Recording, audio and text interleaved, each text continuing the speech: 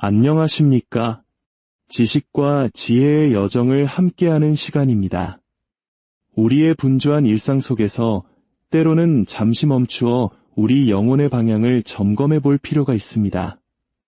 오늘 우리는 조금은 무겁지만 우리 모두에게 반드시 필요한 주제에 대해 이야기 나누고자 합니다. 바로 하나님을 슬프시게 하고 우리와 그분 사이의 거리를 만들게 하는 4가지 습관에 관한 것입니다. 시작하기에 앞서 이 말씀이 여러분의 마음에 울림을 준다면 소중한 이들에게 공유해 주십시오. 구독과 좋아요를 통해 이 진리의 빛이 필요한 더 많은 이들에게 닿을 수 있도록 도와주시는 여러분의 그 손길 위에 하나님의 축복이 함께하기를 기도합니다. 여러분의 작은 행동이 누군가에게는 삶을 변화시키는 큰 은혜의 통로가 될 수 있습니다. 우리는 죄가 일상화되어 무해하게 느껴지는 시대에 살고 있습니다. 세상의 기준은 계속해서 변하지만 하나님의 기준은 그분의 영원하고 변치 않는 성품에 뿌리를 두고 있습니다. 우리가 그분께 속했다고 고백하면서도 그분의 성품과 반대되는 삶의 방식을 따른다면 그것은 단순히 도덕적인 문제를 넘어 영적인 반역이 됩니다. 오늘 우리는 더 늦기 전에 우리의 마음이 회개할 수 없을 만큼 굳어지기 전에 버려야 할 4가지 습관을 성경의 지혜를 통해 깊이 살펴보겠습니다. 하나님은 거룩하십니다. 이 진리는 모든 영적 이해의 기초입니다. 하나님의 거룩함이란 그분께서 지키려고 노력하시는 도덕적 기준이 아니라 그분의 존재 자체, 즉 본질을 의미합니다. 순결하고 흠없으며 의로우시고 모든 죄악으로부터 완전히 분리된 성품. 이것이 바로 하나님의 거룩함입니다. 그렇기에 그분의 본성과 반대되는 것은 무엇이든 그분의 임재 안에서 편안히 존재할 수 없습니다. 많은 이들이 하나님을 근심하게 한다는 것의 의미를 오해합니다.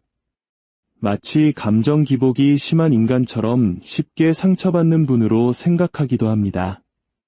그러나 하나님을 근심하게 하는 것은 그분께 상처를 입히는 것이 아니라 그분께서 우리와 맺기 원하시는 아름다운 조화와 관계를 깨뜨리는 행위입니다.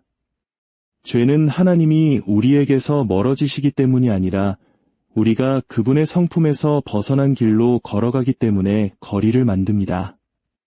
우리가 죄를 지을 때에도 그분의 사랑은 멈추지 않지만 그분과의 친밀한 교제, 그 깊은 유대감에는 긴장이 생길 수밖에 없습니다. 성경 전체를 통해 하나님께서는 교만, 거짓말, 이선, 우상숭배, 그리고 타인에 대한 무정함과 같이 반역적인 마음에서 비롯된 태도와 행동들을 꾸준히 지적하십니다. 이것들은 임의로 정해진 규칙이 아닙니다. 그것들은 우리의 영혼을 부패시키고 하나님께서 우리와 누리도록 설계하신 관계 그 자체를 파괴하는 것들이기 때문입니다. 사람들은 흔히 큰 죄만 피하면 영적으로 안전하다고 생각합니다. 하지만 성경은 죄를 인간의 기준으로 분류하지 않습니다. 하나님을 진정으로 슬프시게 하는 것은 우리의 마음이 불순종의 패턴에 익숙해지고 편안함을 느끼게 되는 것입니다. 그것은 쓴뿌리나 질투와 같은 마음의 태도일 수 있습니다. 부정직함, 불결함, 혹은 기도를 게을리하는 습관일 수도 있습니다. 또는 영적인 삶의 진지함으로부터 서서히 조용히 멀어지는 무관심일 수도 있습니다. 이러한 습관들은 당장 눈에 띄는 문제를 일으키지 않을지라도 시간이 지남에 따라 우리의 영적 민감성을 갉아먹고 마음을 굳게 하며 성령의 음성을 잠재웁니다. 하나님의 거룩하심은 그분의 자녀들이 그분의 성품을 담기를 원하신다는 의미이기도 합니다. 우리가 그분의 형상대로 창조되었고 그분의 영광을 나타내기 위해 구원받았기 때문입니다. 우리가 하나님의 성품과 반대되는 행동을 선택할 때 우리는 우리 자신이나 세상 혹은 어둠의 권세를 드러내는 것을 선택하는 것입니다. 이것이 하나님을 기쁘시게 하지 못하는 이유는 죄가 결국 우리 자신을 파괴한다는 것을 그분께서 아시기 때문입니다. 마치 사랑하는 자녀가 위험한 길로 달려가는 것을 보는 부모의 마음과 같습니다. 그 부모의 외침은 분노가 아니라 자녀를 보호하려는 절박한 사랑의 표현입니다. 마찬가지로 하나님께서 죄를 지적하시는 것은 우리를 영적 위험에서 구하기 위함입니다. 하나님의 거룩함은 우리를 막는 장벽이 아니라 우리 영혼을 지키는 안전장치이며 생명으로 인도하는 기준입니다. 오늘 하나님께서는 우리를 정죄하기 위해 죄를 드러내시는 것이 아니라 우리를 회복시키기 위해 빛을 비추고 계십니다. 이제 우리 안에 뿌리내린 위험한 습관들을 하나씩 살펴보겠습니다. 첫 번째, 방치된 습관은 영적 요새가 됩니다. 이 진리는 그리스도인의 여정에서 가장 소브링한 현실 중 하나입니다. 왜냐하면 죄는 거의 항상 거창한 반역 행위로 시작되지 않기 때문입니다. 그것은 아주 작고 미묘하며 충분히 통제할 수 있을 것처럼 보이는 것에서 시작됩니다. 거부해야 할 생각을 잠시 즐기고 맞서야 할 타협을 정당화하며 내려놓아야 할 습관을 용납하는 것에서부터 말입니다. 시간이 지나면서 이 패턴들은 뿌리를 내리고 깊어져 결국 우리가 예상치 못한 방식으로 마음을 장악해버립니다. 마치 댐에 생긴 작은 균열과 같습니다. 처음에는 사소해 보이지만 방치하면 댐 전체를 무너뜨리는 힘이 됩니다. 방치된 습관은 더 이상 선택이 아닌 우리를 올가매는 쇠사슬처럼 느껴지게 됩니다. 이것이 바로 영적 요새입니다. 어떤 행동이 한 사람의 삶에 너무 깊이 스며들어 그의 결정과 정체성, 심지어 하나님과의 관계까지 형성하게 될 때 영적 요새가 만들어집니다. 예를 들어 반복적으로 부정직함을 선택하는 사람은 어느 날부턴가 자연스럽게 진실을 말하는 법을 잊어버리게 될 수 있습니다. 쓴뿌리를 자주 품는 사람은 더 이상 다른 사람에게 연민을 느끼기 어려워질 수 있습니다. 영적 요새는 우리의 내면의 나침반을 위로움에서 이기심과 자기 파괴로 돌려놓음으로써 우리 존재 자체를 왜곡시킵니다. 이 요새들은 또한 우리가 처음에는 알아채지 못하는 방식으로 하나님의 일을 방해합니다. 어떤 습관이 우리를 지배하면 우리는 성령님의 책망에 둔감해집니다.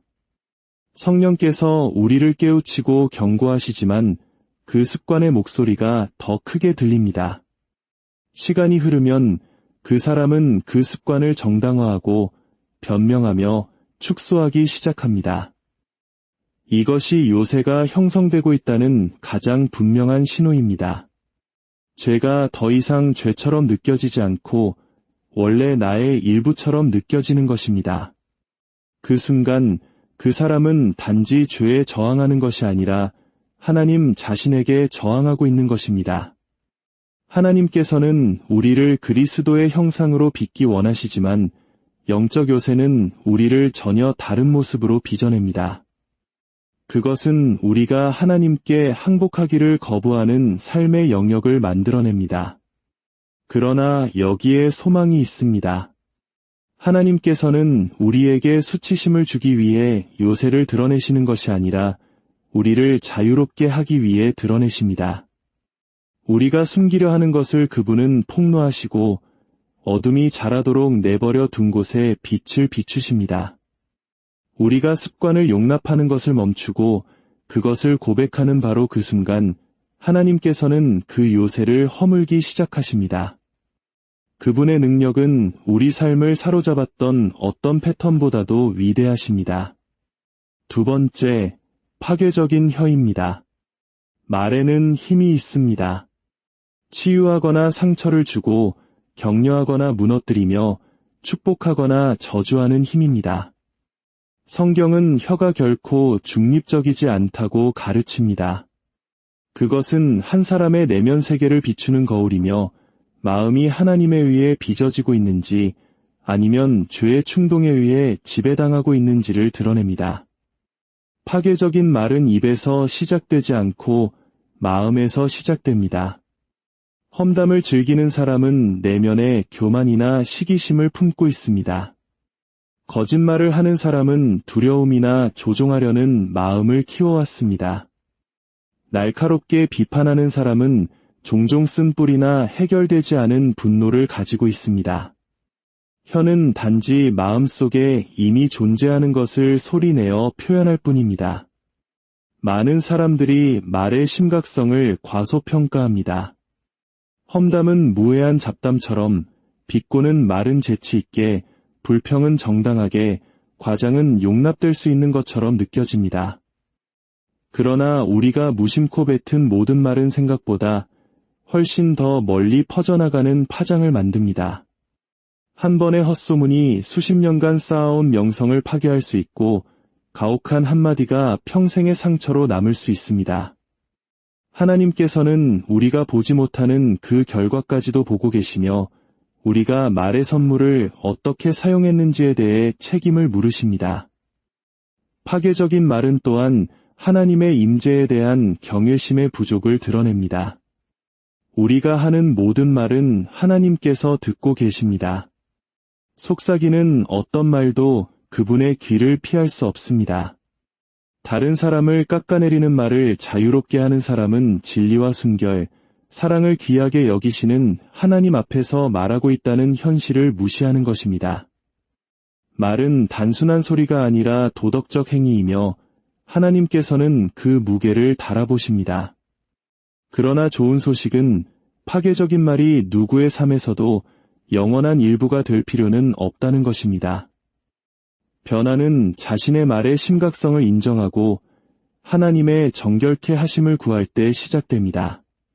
고백은 악순환의 고리를 끊고 의도적인 훈련은 우리의 소통 방식을 새롭게 빚어갑니다. 하나님의 말씀이 마음을 채울 때 입은 그 진리를 반영하기 시작합니다. 겸손과 사랑이 내면에 뿌리내릴 때 우리의 말은 온유하고 치유하며 지혜로워집니다. 세 번째, 하나님의 말씀에 대한 무관심입니다. 이것은 가장 미묘하지만 영적으로 가장 위험한 상태 중 하나입니다. 그것은 갑자기 나타나지도 않고 극적인 반항으로 자신을 드러내지도 않습니다. 대신 한때 우리에게 확신과 열정, 순종을 불러일으켰던 진리의 마음이 무감각해질 때까지 천천히 종종 눈에 띄지 않게 자라납니다. 하나님의 말씀은 신자의 삶의 기초이자 나침반이며 영양분입니다. 누군가 그것을 가볍게 여기기 시작하면 그 결과는 상상 이상으로 심각해집니다. 왜냐하면 말씀은 단순한 정보가 아니라 하나님 자신에 대한 계시이기 때문입니다. 무관심은 마음이 영적 갈망에서 익숙함으로 옮겨갈 때 시작됩니다. 성경을 여전히 읽고 설교를 듣고 말씀을 접할지 모르지만 마음이 더 이상 깊이 반응하지 않습니다. 말씀이 영혼에 스며들지 않고 머리를 스쳐 지나갑니다. 한때 기쁨과 교훈, 변화를 가져다 주었던 것이 그저 일상의 반복이 되어버립니다. 이 점진적인 둔감함은 하나님을 슬프시게 합니다. 그것은 헌신에서 무관심으로 표류하는 마음을 반영하기 때문입니다. 누군가 말씀에 무관심해질 때 그는 단지 책 한 권을 무시하는 것이 아니라 하나님의 음성을 외면하는 것입니다. 성경이 마음을 단단하게 하지 말라고 반복해서 경고하는 이유가 바로 여기에 있습니다. 굳어진 마음은 항상 반항적으로 보이지 않습니다. 때로는 지루해 보이거나 산만해 보이거나 선택적으로 보일 뿐입니다. 그러나 결과는 같습니다. 진리가 더 이상 우리를 변화시키지 못합니다. 무관심은 또한 분별력을 약화시킵니다. 말씀이 생각의 기준이 되지 않을 때 우리는 세상의 가치관과 감정적인 충동에 취약해집니다.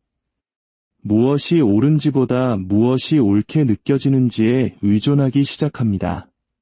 하나님의 말씀이라는 다 없이는 영적 명료함이 사라집니다. 무관심은 하나님께서 우리를 축복하고 인도하며 강하게 하시기 위해 주신 바로 그 수단을 차단해버립니다. 그것은 어두운 방에서 유일한 빛을 향해 문을 닫는 것과 같습니다. 그러나 희망은 남아 있습니다. 무관심은 되돌릴 수 있습니다. 무뎌진 마음은 다시 깨어날 수 있습니다. 그것은 종종 정직한 고백, 즉 자신이 표류하고 있음을 인정하는 것에서 시작됩니다. 하나님께서는 겸손을 귀하게 여기시며 우리가 진심으로 그분을 찾을 때 영적인 갈망을 회복시켜 주십니다. 결론적으로 오늘 우리가 나눈 메시지는 분명합니다. 하나님께서는 우리를 무심한 믿음의 삶이 아니라 전심을 다한 순종과 진정한 회개, 그리고 경외하는 헌신의 삶으로 부르십니다. 우리가 살펴본 4가지 습관은 단순히 피해야 할 행동 목록이 아닙니다. 그것은 우리 마음의 상태를 보여주는 지표입니다. 이러한 습관들은 하나님을 슬프시게 하기 때문에 위험한 것이 아니라 그분께서 우리에게 주시기를 갈망하시는 기쁨과 명료함, 그리고 친밀한 교제로부터 우리를 분리시키기 때문에 위험합니다. 그러나 하나님의 경고 속에서도 그분의 은혜는 빛납니다. 그분은 우리를 짓누르기 위해서가 아니라 회복시키기 위해 이러한 습관들을 지적하십니다. 모든 책망은 자비의 행위이며 죄가 우리를 완전히 장악하기 전에 돌아오라는 부르심입니다. 영적 요새를 드러내시는 하나님께서 그것을 깨뜨리시고 파괴적인 습관에서 돌이키라 부르시는 하나님께서 새 생명 가운데 행할 능력도 주십니다. 그분의 음성을 무시하지 마십시오. 만약 이 시간 그분께서 당신의 마음을 움직이고 계시다면 응답하십시오. 만약 그분께서 당신의 어떤 습관을 드러내고 계시다면 그것을 내려놓으십시오. 영적인 쇠퇴는 작은 타협에서 시작되지만 영적인 회복은 한순간의 겸손한 순종에서 시작됩니다. 하나님은 오래 참으시지만 또한 거룩하신 분입니다. 그분은 우리가 빛 가운데 걷고 그분을 슬프시게 하는 패턴들을 버리며 오직 그분만이 이루실 수 있는 변화를 받아들이도록 우리를 초대하십니다. 더 늦기 전에 당신의 마음을 살피십시오. 죄가 왜곡시킨 것을 하나님께서 다시 빚으시도록 허락하십시오. 굳어진 것을 그분의 말씀으로 부드럽게 하시고 표류하던 것을 그분의 진리로 인도하시며 그분의 은혜가 당신을 온전히 그분을 영화롭게 하는 삶으로 이끌게 하십시오. 회복의 문은 열려 있습니다.